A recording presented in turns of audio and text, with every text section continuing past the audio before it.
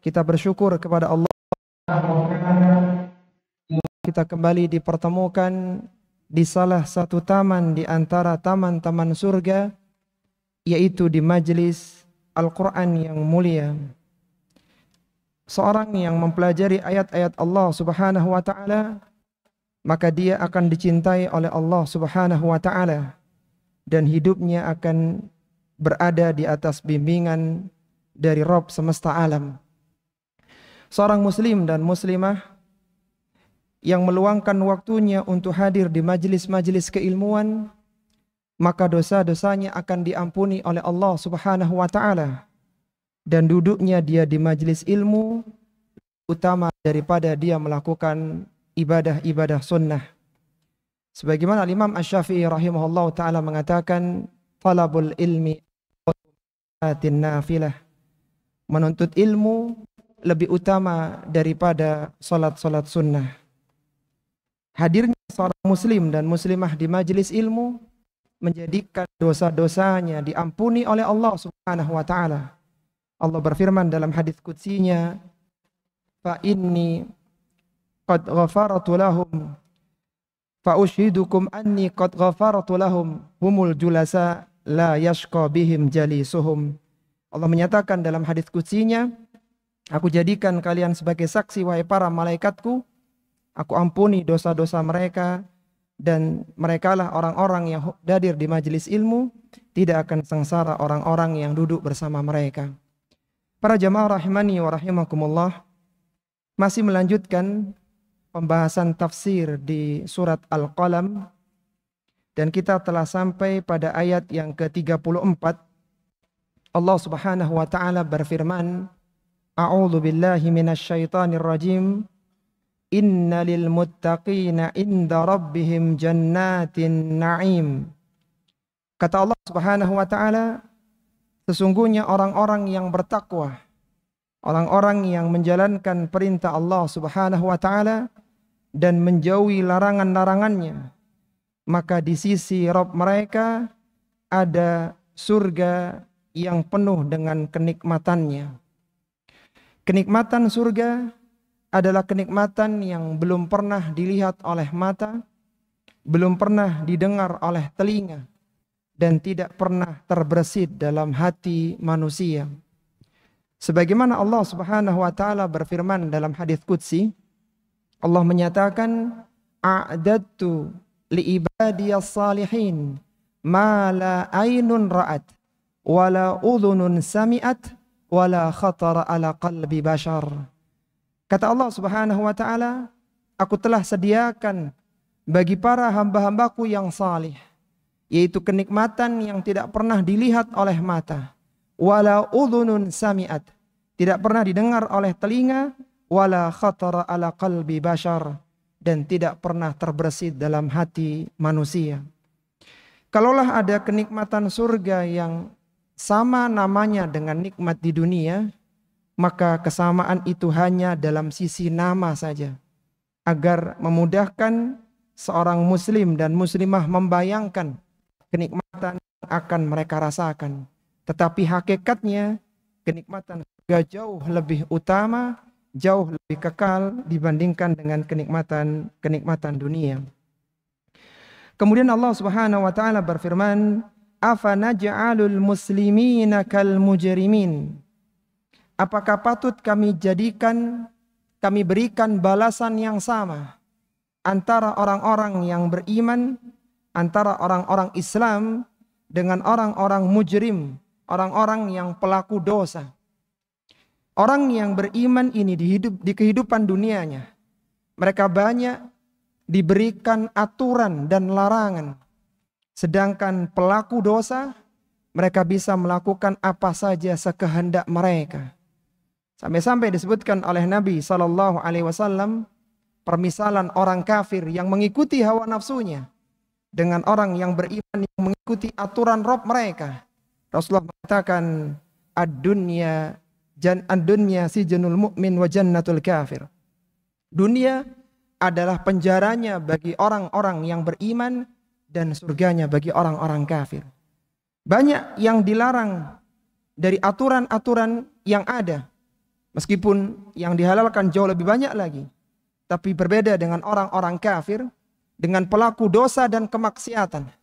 Mereka bisa melakukan apa saja di muka bumi ini.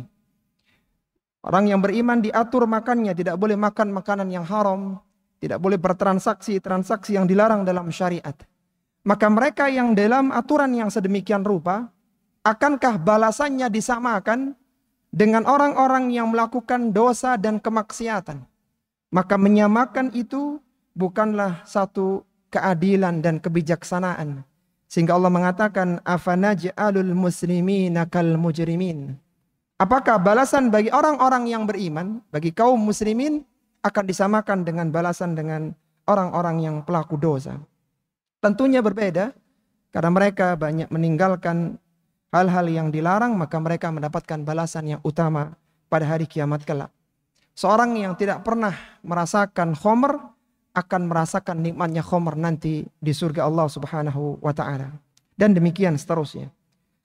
Kemudian Allah Subhanahu wa taala berfirman, "Ma lakum kaifa tahkumun?" Mengapa kalian berbuat demikian?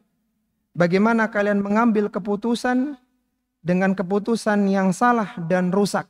Itu apakah menyamakan orang muslim dengan orang yang fasik ini sesuatu yang benar? Am lakum kitabun fihi tadrusun? Atau adakah kalian memiliki sebuah kitab yang dibawa oleh rasul-rasul sebelumnya, yang diturunkan dari Allah Subhanahu wa taala dan kalian membacanya? Inna lakum fihi lama takhayyarun. Yang dimana di dalam kitab itu disebutkan bahwa kalian boleh melakukan apapun yang kalian sukai. Itu kalian boleh melakukan apa saja yang kalian kehendaki. Apa ada kitab yang seperti itu? Sehingga membenarkan kemaksiatan-kemaksiatan yang kalian lakukan.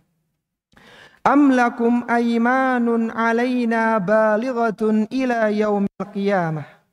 Atau apakah kalian sudah punya janji yang diperkuat dengan sumpah dari kami, dari Allah Subhanahu wa taala, bahwasannya kalian boleh melakukan apa saja sampai datangnya hari kiamat. Innalakum lama tahkumun.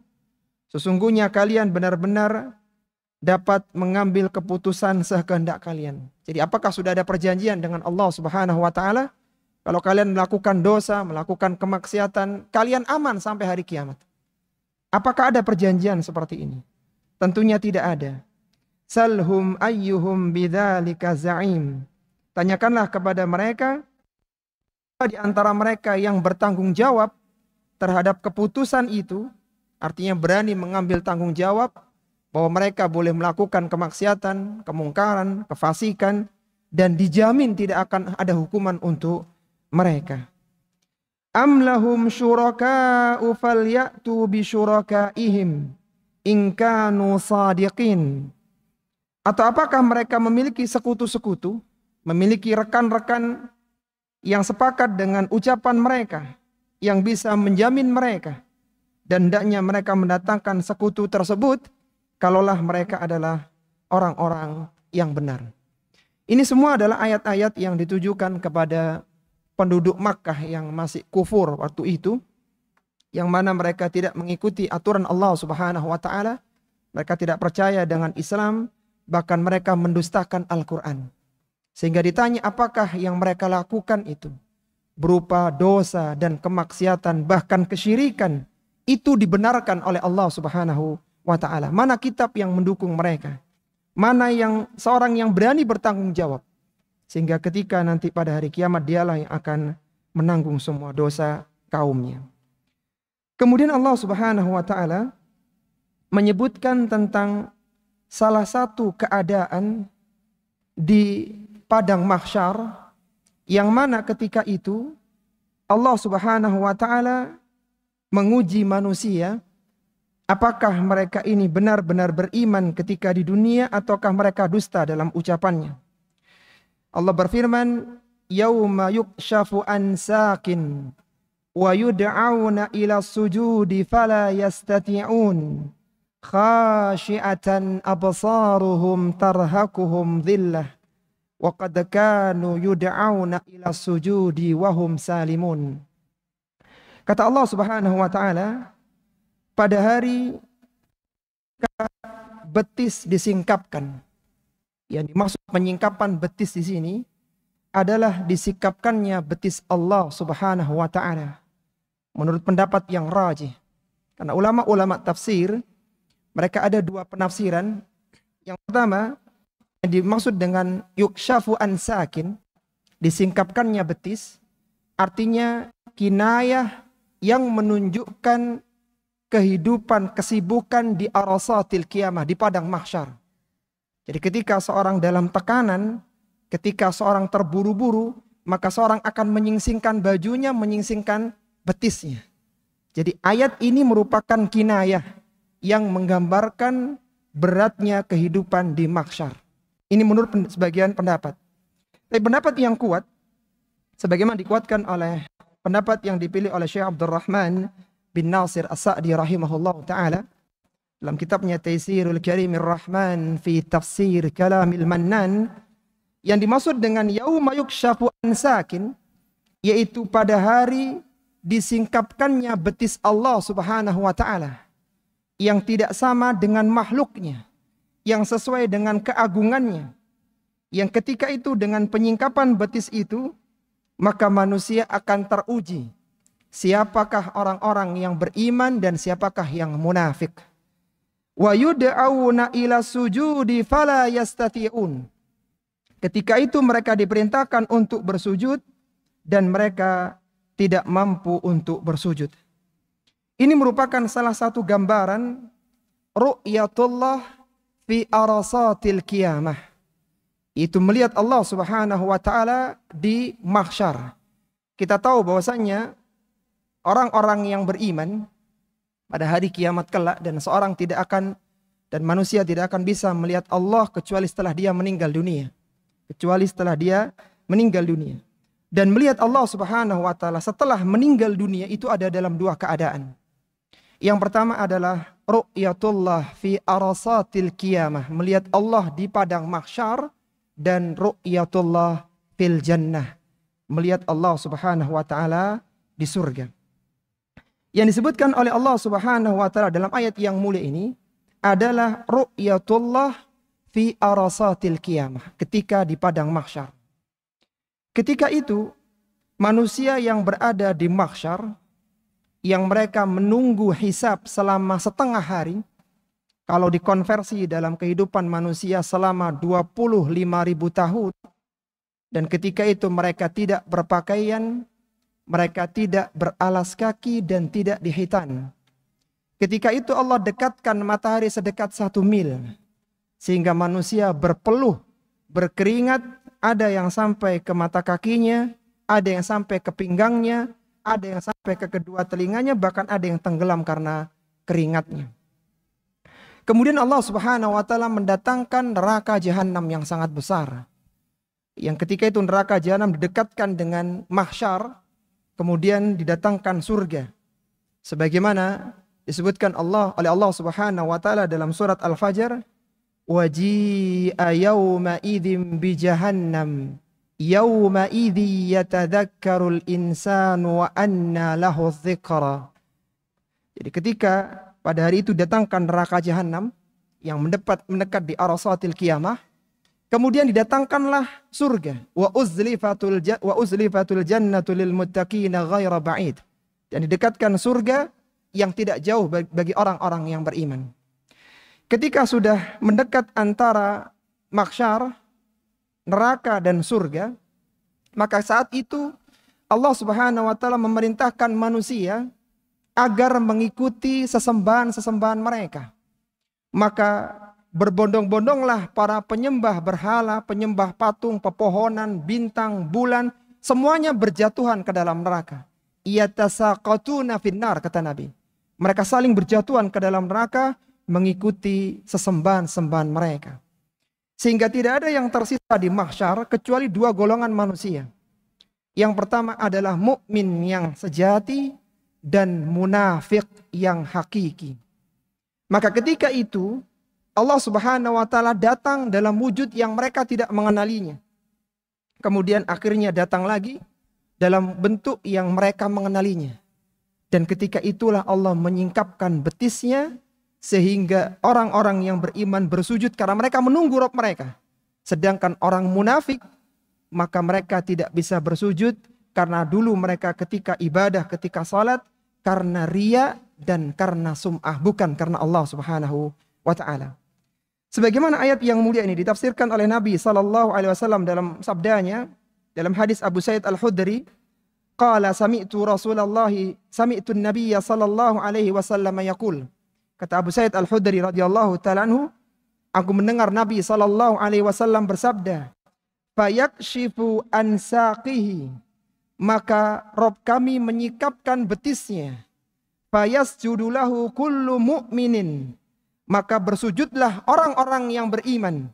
Wa yabqa man kana yasjudu lillahi riya'an wa sum'atan, dan tertinggallah di mahsyar orang-orang yang dulu ketika di dunia sujudnya karena riya dan sum'ah, artinya orang-orang munafik.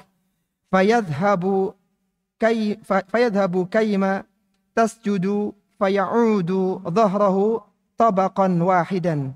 Ketika mereka berusaha untuk bersujud, maka punggungnya itu menjadi kaku sehingga mereka tidak bisa bersujud saat itu. Kenapa orang-orang munafik mereka tidak bisa bersujud ketika pada hari kiamat, terutama di arasatil kiamah? Karena dulu mereka biasa meninggalkan sholat berjamaah. Allah menyebutkan pada ayat yang ke-43, khasyiatan absaruhum tarhaquhum dhillah. Pandangan mereka tertunduk hina karena tahu bahwa ternyata mereka adalah orang-orang munafik yang ketika di dunia mereka bisa menutupi dengan berbagai cara, maka pada hari kiamat tampaklah siapa yang munafik dan siapa yang mukmin. Karena terbukti mereka tidak bisa bersujud ketika itu, maka pandangan mereka tunduk hina. Itu merupakan pembuktian bahwa mereka lah orang-orang munafik. Kenapa mereka seperti ini? Waqad kanu yud'auna ila sujudi wa hum salimun. Dahulu mereka ini diseru untuk bersujud ketika wa hum salimun, mereka tidak mau sujud sedangkan mereka dalam kondisi sehat. Apa kata Sa'id bin Jubair rahimahullah ta'ala? Sa'id bin Jubair adalah muridnya Abdullah radhiyallahu ta'ala. Sa'id bin Jubair adalah seorang tabi'in yang wafat di Kufah tahun 95 Hijriah, muridnya Abdullah bin Abbas. Ketika menafsirkan ayat yang mulia ini, beliau mengatakan, kanu yasma'una hayya 'alal falah fala yujibun.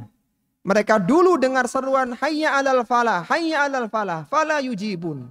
Tapi mereka tidak menjawabnya. Mereka tidak mendatangi seruan tersebut. Sehingga akhirnya mereka pun tidak bisa bersujud pada hari kiamat kelak. Bahkan Ka'ab al-Akhbar mengatakan dengan ucapan yang lebih ekstrim. Beliau mengatakan, ma nazalat hadhil ayah illa alladhina yatakhallafuna anil jama'at. Tidaklah turun ayat yang mulia ini, khasyiatan absaruhum tarhaquhum dhillah wa qad kanu yud'auna ila sujudi wa hum salimun. Tidak turun surat yang ayat yang ke-43 dari surat Al-Qalam ini. Ma nazalat hadhil ayat, tidak turun ayat ini illa alladhina yatakhallafuna anil jama'at, kecuali berkenaan dengan orang-orang yang biasa meninggalkan salat berjamaah. Apa kata Abdullah bin Mas'ud radhiyallahu taala anhu? Abdullah bin Mas'ud adalah sahabat pakar tafsir yang wafat tahun 32 Hijriah di Madinah. Beliau pernah mengatakan dengan ucapan yang sangat indah, yang semoga ucapan-ucapan ini menjadikan kita istiqamah menjaga salat berjamaah di masjid. Kata Abdullah bin Mas'ud radhiyallahu taala anhu, man sarrahu an yulqallaha ghadan musliman. Barang siapa yang ingin bertemu dengan Allah besok dalam kondisi seorang muslim, dia diakui menjadi seorang yang muslim, fal yuhafiz ala haula'is salawati haitsu yunada bihin. Maka hendaknya dia jaga salat fardunya di tempat di mana salat itu diseru. Itu dia lakukan salat fardunya di masjid-masjid Allah Subhanahu wa taala. Karena itu merupakan tanda bahwa dia adalah orang yang beriman, bukan orang munafik. Sebelum kita lanjutkan pembahasan pada ayat yang setelahnya, ini ingatkan pembahasan akidah oleh para ulama-ulama akidah, bahwa melihat Allah Subhanahu wa taala terbagi menjadi dua. Yang pertama adalah ru'yatullah fi arasatil qiyamah, dan yang kedua ru'yatullah fil jannah. Melihat Allah di mahsyar dan melihat Allah di surga. Melihat Allah di mahsyar berbeda dengan melihat Allah ketika di surga dalam 3 perbedaan. Perbedaan yang pertama, kalaulah ru'yatullah fi arasatil qiyamah adalah ru'yah ta'rifiyah, adalah melihat untuk pengenalan, maka ru'yatullah fil jannah ru'yah ladzatiyah, yaitu melihat Allah karena menikmati wajah Allah Subhanahu wa taala yang sangat indah, yang maha mulia. Akan sampai disebutkan oleh para ulama, kalaulah diperbandingkan seluruh kenikmatan yang ada di surga, baik itu bidadarinya, makanannya, minumannya, dan seluruh kenikmatan yang ada di surga, dibandingkan dengan sekali memandang wajah Allah Subhanahu wa taala yang mulia, maka kenikmatan memandang wajah Allah melupakan seluruh kenikmatan-kenikmatan yang ada di surga. Sehingga melihat Allah di arasatil qiyamah adalah ru'yah ta'rifiyah, mengenal ini loh Rabb Allah Subhanahu wa taala, inilah Allah Subhanahu wa taala. Sedangkan melihat Allah di surga itu adalah ru'yah ladzatiyah, itu menikmati wajah Allah Subhanahu wa taala yang maha mulia. Dan manusia ketika melihat Allah di surga tergantung amalannya ketika di dunia, terutama bagaimana dia menjaga sholat subuh dan sholat asarnya.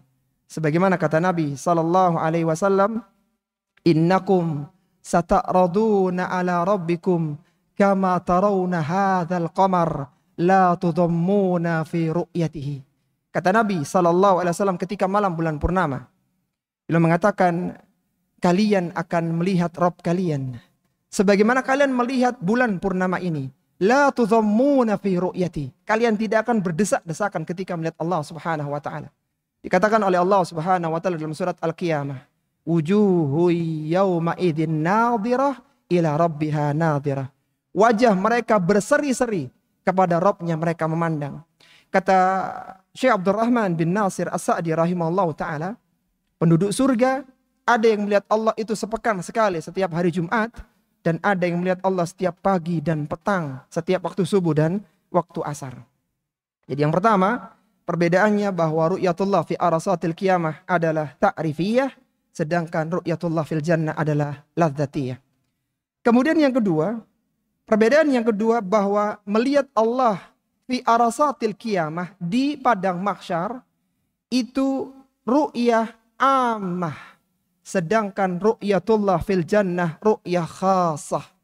Ru'yah ammah artinya yang bisa melihat tidak hanya orang-orang yang beriman, tapi orang munafik bisa melihat Allah Subhanahu wa taala. Bedanya, kalau orang yang beriman bisa bersujud, munafik tidak bisa, tapi sama-sama melihatnya. Mereka tahu ini loh Rabb yang disembah selama ini. Sedangkan ru'yatullah fil jannah ru'yah khasah, yang khusus hanya untuk orang-orang yang beriman saja. Kemudian yang ketiga, kalaulah ru'yatullah fi arasatil qiyamah masih diiringi dengan rasa ketakutan, rasa khauf, karena takut jangan-jangan tidak bisa bersujud, berarti dia munafik. Adapun ru'yatullah fil jannah itu diliputi dengan rasa aman dan nyaman dan penuh dengan kebahagiaan. Jadi ketika melihat Allah di arasatil qiyamah itu takut-takut, jangan-jangan tidak bisa bersujud karena menjadi munafik. Adapun ketika ru'yatullah fil jannah maka menikmati wajah Allah Subhanahu wa taala yang maha mulia. Itulah para jamaah rahimani wa rahimakumullah tentang kondisi di mahsyar yang menjadikan, yang bedakan antara mukmin dengan munafik, salah satunya dengan disingkapkannya betis Allah Subhanahu wa taala. Kemudian Allah Subhanahu wa taala berfirman, "Fadharni wa may yukadzibu bihadzal hadits." Maka serahkanlah urusanmu, maka serahkanlah mereka kepadaku, yaitu orang-orang yang mendustakan hadzal hadits, yaitu mendustakan Al-Quran. Sanastadrijuhum min haitsu la ya'lamun. Kami akan menarik mereka dengan cara berangsur-angsur, min haitsu la ya'lamun, dari arah yang tidak mereka ketahui. Yaitu mereka akan dibinasakan oleh Allah Subhanahu wa taala dengan tipu daya yang sudah disiapkan untuk mereka. Artinya, ketika ada orang yang mendustakan Al-Quran, tidak beriman dengan Al-Quran, maka jangan terlalu menghabiskan energi untuk mereka. Biarkanlah mereka, Allah yang mengurusnya. Allah akan menghukum mereka, Allah akan berikan siksaan kepada mereka sesuai dengan cara yang Allah kehendaki. Wa umli lahum inna kaidi matin. Dan berikanlah penangguhan kepada mereka. Artinya janganlah engkau meminta agar orang-orang kafir disegerakan azabnya ketika di dunia. Segera mendapatkan musibah dampak dari kekufuran mereka. Jangan minta seperti itu. Inna kaidi matin. Sesungguhnya rencanaku sangatlah kokoh yang tidak mampu mereka tandingi. Allah Subhanahu wa taala akan memberikan penangguhan kepada orang-orang yang berbuat zalim sampai waktu yang Allah tentukan. Ketika telah datang waktunya, maka orang-orang yang berbuat zalim, pelaku dosa, bahkan orang-orang kafir akan disiksa oleh Allah Subhanahu wa taala dengan siksaan yang mereka tidak akan dilepaskan. Sebagaimana Rasulullah sallallahu alaihi wasallam bersabda, "Innallaha la yumli lidh-dhalimi hatta idza akhadahu lam yuflithu." Sesungguhnya Allah benar-benar memberikan penangguhan kepada orang-orang yang berbuat zalim. Seolah-olah dibiarkan mereka dalam kezalimannya. Memang sengaja ditangguhkan mereka ini. Hatta idza akhadahu, sampai ketika datang waktunya mereka untuk dihukum, lam yuflithu. Niscaya mereka tidak akan dilepaskan oleh Allah Subhanahu wa taala. Artinya mereka akan disiksa dengan siksaan ketika di dunia, ketika menjelang kematiannya, bahkan ketika di alam kuburnya sampai di neraka. Sehingga ketika melihat kekufuran, kezaliman, maka jangan terburu-buru untuk disegerakan adab untuk mereka, karena memang mereka sengaja diberikan penangguhan sampai pada waktu yang tepat akhirnya Allah menghancurkan dan membinasakan mereka semuanya. Kemudian Allah Subhanahu wa taala berfirman, "Am tas'aluhum ajran fahum mim maghramim muthqalun." Allah bertanya, apakah engkau minta ajr? Engkau minta upah dalam dakwahmu wahai Rasulullah sallallahu alaihi wasallam, fahum mim maghramim muthqalun, sehingga mereka ini terlilit hutang yang sangat banyak karena harus menggaji, mengupah dakwahmu. Apakah ini yang kau lakukan? Sehingga karena hutang yang banyak itu mereka tidak mau beriman kepadamu. Ini mengingatkan bahwa seorang muslim dan muslimah, terutama para da'i, tidak boleh dia mengkomersialkan dakwahnya. Dia harus mengikhlaskan dakwahnya karena Allah Subhanahu wa taala. Ingat Nabi sallallahu alaihi wasallam ketika Allah tanyakan, "Am tas'aluhum ajran?" Apakah engkau minta kepada mereka ajar? Minta upah dari dakwah itu. Fahum mim maghramim muthqalun, sehingga mereka itu punya hutang yang muthqalun, yang memberatkan mereka. Mereka punya tagihan yang sangat banyak untuk diselesaikan kepadamu. Jawabannya tentu tidak. Justru malah sebaliknya, Rasulullah yang berkorban dengan semua yang beliau punya. Dengan waktunya, dengan hartanya, dengan semua yang beliau punya. Justru beliau berkorban untuk dakwah yang mulia ini. Bukan mendapatkan manfaat dari dakwah ini. Kemudian Allah Subhanahu wa taala berfirman, "Am indahumul ghaibu fahum yaktubun." Apakah ada di sisi mereka pengetahuan tentang perkara yang gaib, yaitu mereka tahu yang ada di Lauhil Mahfuz, fahum yaktubun, lalu mereka menulis apa yang ada di dalamnya, yaitu mereka menulis padanya apa yang mereka katakan. Mereka tahu perkara-perkara gaib, sehingga mereka tidak beriman, sehingga mereka berani melakukan kemaksiatan dan tidak mau masuk ke dalam agama Islam. Kemudian Allah Subhanahu wa taala memberikan motivasi kepada Nabi sallallahu alaihi wasallam sekaligus memperingatkan kepada beliau agar jangan sampai lari meninggalkan medan dakwah. Kita tahu ya, surat Al-Qalam ini surat kedua setelah surat Al-Alaq. Ijma' para mufassirin ini adalah surat Makkiyah. Maka Nabi dalam dakwahnya ini masih berat. Ini sebelum turun surat Al-Mudaththir yang menyuruh Nabi dakwah terang-terangan. Sehingga masih sangat berat sekali beliau dalam berdakwah. Apalagi dari pihak keluarga pun tidak banyak mendukung. Tidak semuanya mendukung dakwah beliau sallallahu alaihi wasallam. Bahkan sudut baliknya, Abu Lahab itu memusuhinya dan beberapa kerabat-kerabat beliau. sallallahu alaihi wasallam. Maka diingatkanlah Nabi sallallahu alaihi wasallam agar tidak mundur dari dakwah ini. Allah menyatakan, fasbir li hukmi rabbika.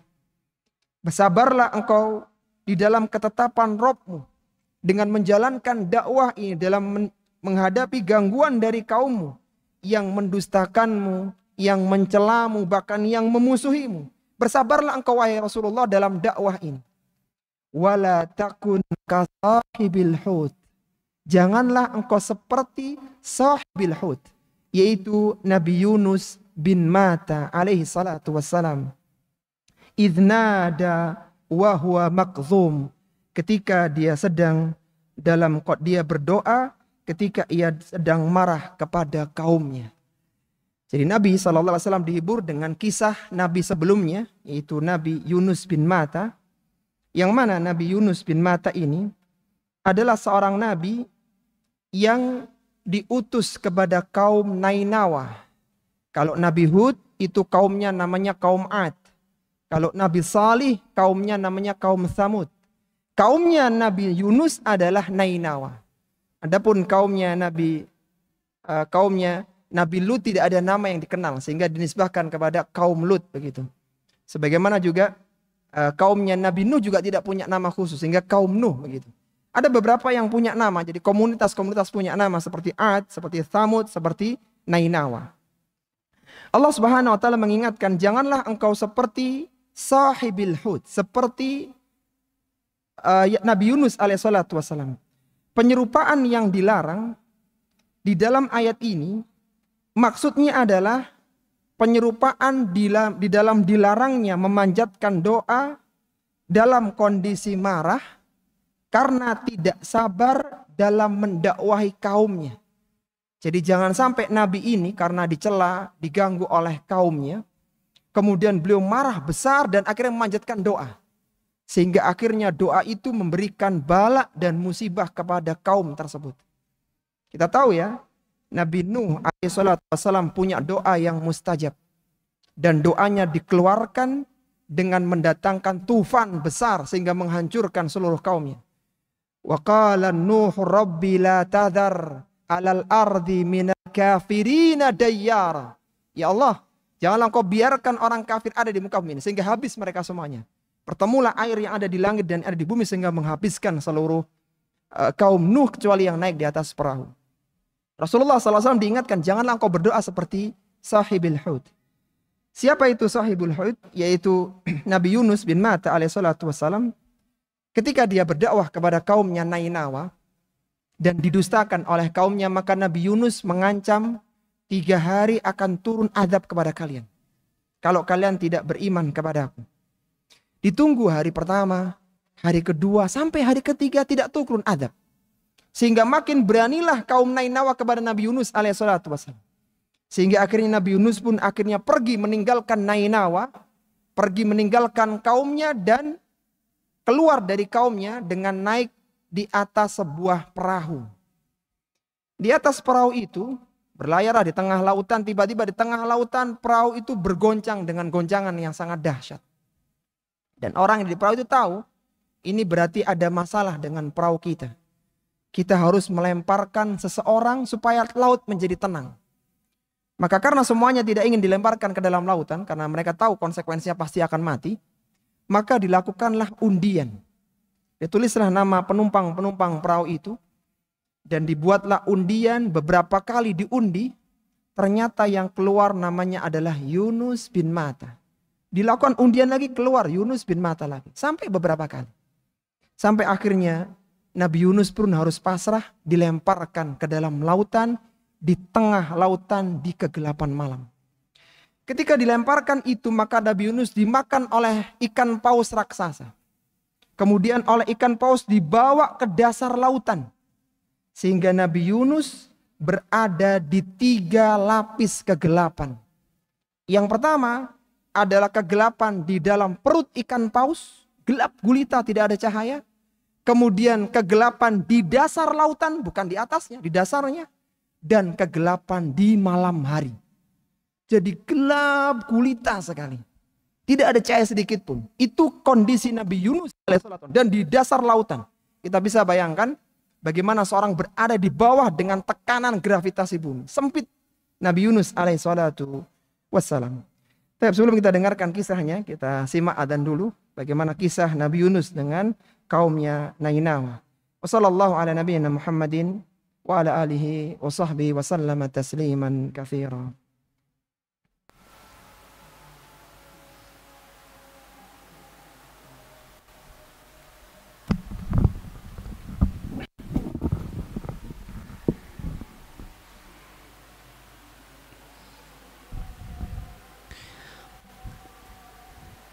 الله أكبر الله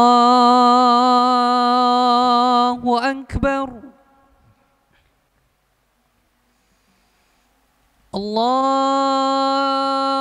الله أكبر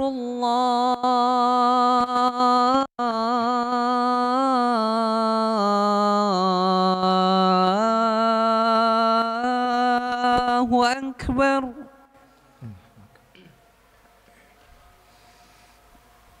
أشهد أن لا إله إلا الله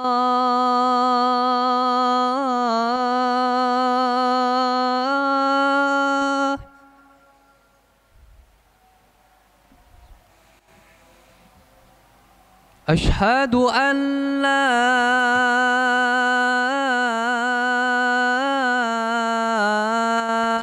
إله إلا الله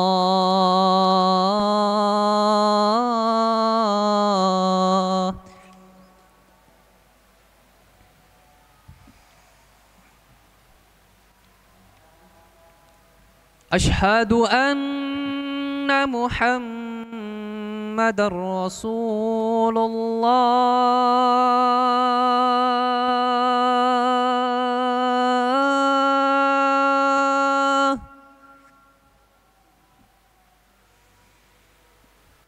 أشهد أن محمد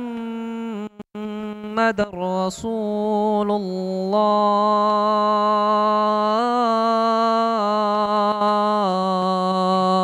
الله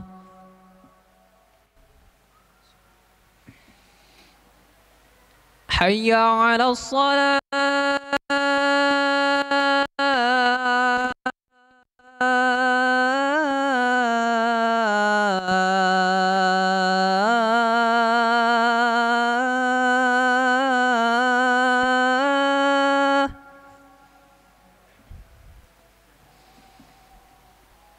حي على الصلاة حي على الفلاح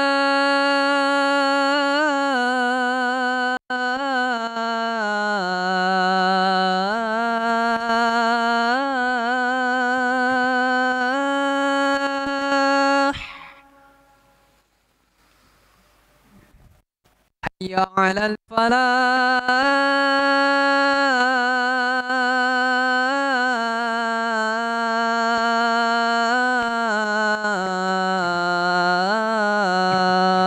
الفلاح الله أكبر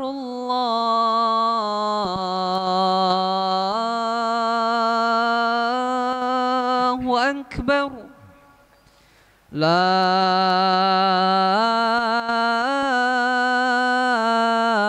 إله إلا الله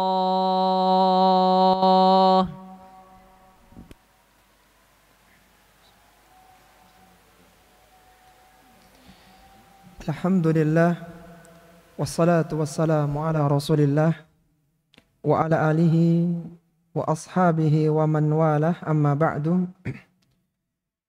Ikhwati fillah rahimani wa rahimakumullah.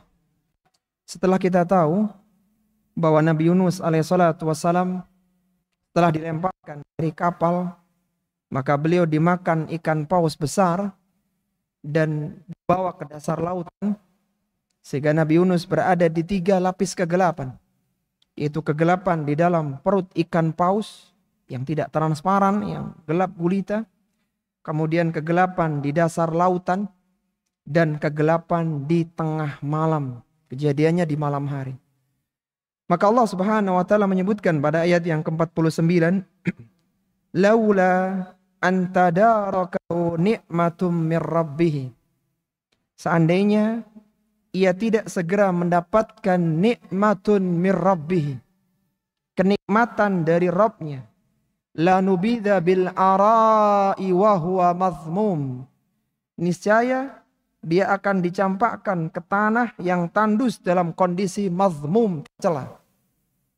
Kata Al-Hafidz Ibnu Katsir rahimahullah ta'ala dalam tafsir Al-Quranil Azimnya, dalam tafsirnya, ketika Nabi Yunus berada di dalam perut ikan paus di dasar lautan yang gelap gulita itu, di situ Nabi Yunus mendengarkan tasbihnya para penghuni lautan, tasbihnya para ikan, para rumput dan sebagainya. Jadi mereka bertasbih kepada Allah Subhanahu wa taala karena kondisinya hening. Ketika mendengarkan tasbih itu, maka muncullah ilham kepada Nabi Yunus bahwa seharusnya seorang hamba itu seperti ini. Dia mendekatkan dirinya kepada Allah Subhanahu wa taala, dia bertaubat kepada Allah Subhanahu wa taala. Sehingga kata para ulama tafsir, yang dimaksud dengan nikmatum mir rabbih, laula antadarakahu nikmatum mir rabbih. Seandainya Nabi Yunus tidak mendapatkan kenikmatan dari Rabbnya, yang dimaksud dengan nikmatum mir rabbih, kata mereka adalah keinginan taufik untuk bertaubat. Jadi diberikan taufik oleh Allah untuk bertaubat. Dengan cara apa? Dengan mendengarkan tasbihnya para penghuni lautan. Seandainya Nabi Yunus tidak dimakan ikan paus, tidak tahu, tidak terdengar ucapan-ucapan tasbih mereka. Tapi ketika dibawa turun oleh ikan paus, kondisinya gelap, hening, maka mendengarkan ikan bertasbih, binatang-binatang yang lainnya bertasbih dalam lautan itu. Sehingga dengan tulus Nabi Yunus mengatakan, la ilaha illa anta subhanaka inni kuntu minadh zalimin. Tidak ada sembahan yang berhak disembah kecuali Engkau ya Allah. Inni kuntu minadh zalimin. Aku termasuk orang-orang yang berbuat zalim. Aku telah tinggalkan dakwah. Aku telah tinggalkan nainawa. Aku lari dari mereka. Sehingga karena demikian tulusnya taubatnya Nabi Yunus, maka Nabi Yunus pun dilemparkan, disemburkan oleh ikan paus ke daratan. Dan jatuh di tempat yang empuk, yang tidak tandus, yang Nabi Yunus tidak terluka dengan jatuh itu dan bisa beraktivitas seperti sedia kala. Kata Allah Subhanahu wa taala, laula antadarakahu nikmatum mir rabbih. Seandainya Nabi Yunus tidak mendapatkan kenikmatan dari Rabbnya, lanubidha bil ara'i wa huwa mazmum. Niscaya dia akan dilontarkan oleh ikan paus itu di tempat yang ara, di tempat yang kering, bebatuan tandus. Antum bayangkan terlempar dari lautan, kemudian bawahnya ini bebatuan padas yang keras, maka akan terluka, bahkan akan meninggal dunia Nabi Yunus. Dia dalam kondisi mazmum, tercela karena meninggalkan dakwah. Tapi karena Nabi Yunus ini bertaubat, maka itu tidak mendapatkan. Itu tidak dia dapatkan. Sehingga Allah mengatakan, laula, seandainya Nabi Yunus tidak segera bertaubat, maka dia akan dilemparkan di tempat yang kering, bebatuan, dan dia akan tercela dengan kejadian itu. Ini mengingatkan kepada kita salah satu ibrah yang bisa kita ambil, bahwa dosa dan kemaksiatan menuntut datangnya musibah dan bala. Ketika seorang itu melakukan dosa dan kemaksiatan, maka terancam dengan musibah dan bala. Kalau dia segera bertaubat, maka bala itu tidak jadi ditimpakan kepada dia. Tapi kalau tidak segera bertaubat, bahkan sampai waktu yang ditentukan, maka dia terkena musibah dan bala seperti yang sudah diancamkan kepadanya. Sehingga Allah mengatakan, laula, seandainya. Tapi kan tidak. Jadi Nabi Yunus segera bertaubat sehingga bisa dikeluarkan dari perut ikan paus yang besar tadi. Fajtabahu rabbuhu faja'alahu minas salihin. Dan Rabbnya telah memilihnya. Artinya mengangkatnya sebagai seorang nabi. Faja'alahu minas salihin. Dan menjadikan dia termasuk orang-orang yang salih, termasuk orang-orang yang baik. Artinya meskipun Nabi Yunus ini punya kesalahan dengan meninggalkan dakwah di Nainawa, tapi setelah bertaubat maka Allah mengampuni kesalahan Nabi Yunus. Sehingga tidak boleh seorang muslim itu mencela Nabi Yunus, karena bagaimanapun kesalahan Nabi Yunus Allah sudah mengampuninya.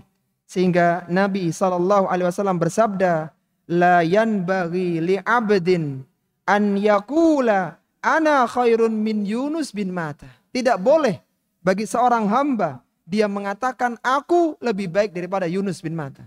Karena Yunus bin Matta lebih baik daripada dia. Karena Nabi Yunus adalah seorang nabi, meskipun punya kesalahan, tapi kesalahannya telah diampuni oleh Allah Subhanahu wa ta'ala. Sebagaimana Nabi bersabda dalam hadis yang lainnya, at-taibu minadz-dzambi kaman la dzambalahu. Seorang yang bertaubat dari dosanya seperti orang yang tidak punya dosa. Sebelum kita teruskan ayatnya, ada sebuah kisah yang sangat indah dari Sa'ad radhiyallahu ta'ala anhu. Dia menceritakan bagaimana pengalamannya, bagaimana kenangannya ketika bersama Nabi sallallahu alaihi wasallam. Kata Sa'ad radhiyallahu ta'ala anhu, kunna julusan indan Nabi sallallahu alaihi wasallam. Suatu ketika kami sedang duduk di sisi Nabi sallallahu alaihi wasallam. Faqala, maka Nabi sallallahu alaihi wasallam itu bersabda, ala ukhbirukum bi syai'in idza nazala rajulun minkum karbun aw bala'un min balayad dunya da'a bihi yafruju anhu. Wahai para sahabatku, maukah kalian aku beritahukan tentang satu amalan, tentang satu zikir yang kalaulah ada seorang itu sedang kena karbun au balaun, sedang dalam kondisi kesulitan atau dalam kondisi kena bala, kena musibah min balayad dunya, dari sekian banyak bala-bala yang ada di dunia, da'a bihi yafriju anhu, dia baca doa ini dikeluarkan dari permasalahannya. Faqila lahu bala, kata para sahabat, tentu wahai Rasulullah, kita butuh zikir itu. Kita butuh apa doanya itu. Kemudian kata Nabi, faqala du'a'u dhinnun, ketika kalian kena bala, kena musibah, kena kesulitan, bacalah doanya Dhunnun, yaitu Nabi Yunus alaihissalatu wassalam, yaitu la ilaha illa anta subhanaka inni kuntu minadz zalimin. Maha suci engkau ya Allah, tidak ada sembahan yang berhak disembah kecuali engkau, sesungguhnya aku termasuk orang-orang yang berbuat zalim. Kita lihat para jamaah rahimani wa rahimakumullah, Nabi Yunus itu berada di 3 lapis kegelapan. Di kegelapan perut ikan paus, di kegelapan dasar lautan, di kegelapan tengah malam, tapi dikeluarkan oleh Allah Subhanahu wa ta'ala dari 3 lapisan tadi dengan keluar yang sangat cepat, dengan disemburkan dari ikan paus raksasa tadi. Maka demikianlah seorang muslim dan muslimah ketika dihimpit masalah. Antum ingat kisah ini. Allah akan keluarkan dia ketika dia memperbanyak zikir, la ilaha illa anta subhanaka inni kuntu minadz zalimin. Antum harus yakin, sebagaimana Nabi Yunus itu berada dalam 3 himpitan yang berlapis-lapis, tapi bisa keluar dengan ucapan la ilaha illa anta subhanaka inni kuntu minadz zalimin. Maka ini sebuah ijazah doa yang luar biasa dari Nabi SAW. Ketika seorang muslim dan muslimah mendapatkan masalah, ingat zikir la ilaha illa anta subhanaka inni kuntu minadz zalimin. Kemudian Allah Subhanahu wa taala berfirman, wa iyyakadul ladzina kafaru la yuzlikunaka bi absarihim lamma sami'u dzikr wa yaquluna innahu lamajnun. Sesungguhnya orang-orang kafir hampir saja pandangan mereka itu menggelincirkanmu, yaitu mereka memandang dengan pandangan hasad yang menggelincirkanmu, lamma sami'u dzikr, ketika mereka mendengar al-dzikra, yaitu mendengarkan ayat-ayat Al-Qur'an, wa yaqulun, dan mereka mengatakan innahu lamajnun, adalah mutawid, ini adalah orang yang gila. Ini ya, selain menunjukkan bagaimana beratnya dakwahnya Nabi di awal-awal dakwah beliau, menunjukkan tentang adanya ain, bahwa ain pandangan mata itu hak. Sampai Allah katakan di sini, wa iyyakadul ladzina kafaru la yuzlikunaka bi absarihim. Hampir saja orang-orang kafir itu menggelincirkanmu bi absarihim, dengan pandangan-pandangan dengki mereka. Sehingga Nabi SAW bersabda, al-ainu haqqun bahwa penyakit ain, penyakit pandangan mata itu hak benar adanya. Sampai beliau mengatakan, walau kana syai'un sabaqal qadara la sabaqathul ainu. Seandainya ada sesuatu yang bisa mendahului takdir, maka yang mendahului takdir itu adalah ain. Maksudnya begini, kalau ada orang yang sehat, tidak sakit, tiba-tiba bisa sakit dan mati. Itu seolah-olah kan kok cepat banget takdirnya begitu. Seolah dia mendahului takdirnya begitu. Seolah-olah begitu. Maka yang bisa seperti ini hanyalah ain. Sesuatu yang baik, yang langsam, yang biasa tiba-tiba berubah. Itu berarti karena ain. Bagaimana solusinya? Kata Nabi, wa idzastughsiltum faghsilu. Kalau jika kalian diminta untuk mandi sebagai obat ain, maka faghsilu, maka mandilah. Jadi solusinya, seorang bisa mandi kemudian airnya ditampung lalu digunakan oleh orang yang terkena ain, atau orang berwudu kemudian air wudunya digunakan oleh orang yang terkena ain. Insya Allah ainnya akan sembuh ya, penyakit ain itu akan sembuh dari orang tersebut. Dan Nabi SAW mengajarkan sebuah doa perlindungan dari ain, terutama untuk anak-anak kecil ya, yaitu doa a'udzu bikalimatillahi tammah min kulli syaitanin wahammah wa min kulli ainin lamah. Kata Nabi SAW, aku berlindung dengan kalimat Allah Subhanahu wa taala yang sempurna. Ini menunjukkan bahwasanya firman Allah itu bukan makhluk. Karena Nabi mengatakan a'udzu bikalimatillah. Aku berlindung dengan kalimat Allah. Seandainya kalimat Allah itu makhluk, maka tidak boleh. Ini menunjukkan bahwa firman Allah bukan makhluk. A'udzu bikalimatillahi tammah. Aku berlindung dengan kalimat Allah yang sempurna.